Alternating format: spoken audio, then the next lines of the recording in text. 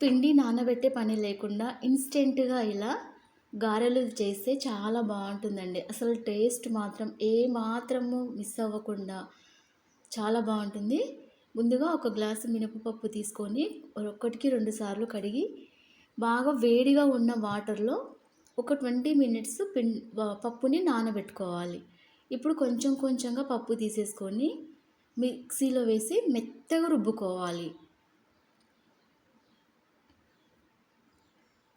పిండి ఈ విధంగా ఉంటే బావుంటుంది.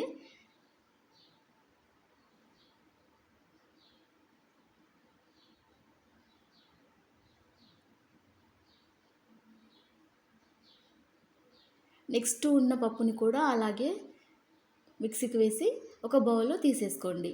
ఇప్పుడు ఇందులోకి ఒక మీడియం సైజు చిన్నగా కట్ చేసిన ఉల్లిపాయలు, పచ్చిమిర్చి, జీలకర్ర, కొంచెం ఉప్పు, కొంచెం సోడా ఏసి మంచిగా ఒకసారి మిక్స్ చేసేసి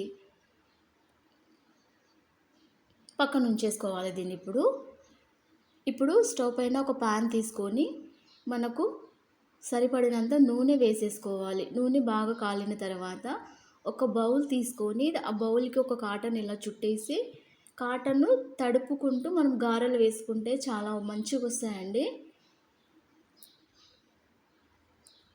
ఒకసారి మీరు కూడా టైం లేకుంటే ఇలా అప్పుడప్పుడు చేసుకోవాలనుకుంటే ఇలా ట్రై చేయండి. చాలా బాగొస్తాయి. టేస్ట్ మాత్రము ఏమాత్రం అస్సలు చేంజ్ అవ్వకుండా చాలా బాగొస్తాయి. కాకపోతే కలర్ ఒక్కటి కొంచెం రాలేదు. ఎందుకో మరి. మిగతాదంతా సేమ్. ఇప్పుడు 2 సైడ్స్‌లో మొత్తం కాల్చేసుకోవాలి వీటిని.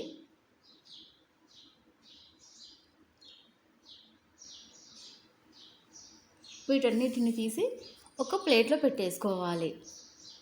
నెక్స్ట్ ఉన్నయి కూడా ఇలాగే వేసేసుకోండి. నేను ఒక 2 వేసి చూపిస్తున్నాను.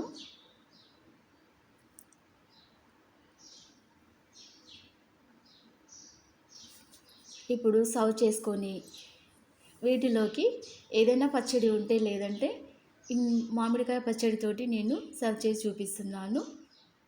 చాలా క్రిస్పీగా కూడా టేస్టీగా మంచిగా వచ్చిందండి. మీరు కూడా డెఫినెట్‌గా ట్రై చేయండి. అలాగే మన ఛానల్‌ని సబ్స్క్రైబ్ చేయడం మర్చిపోకండి.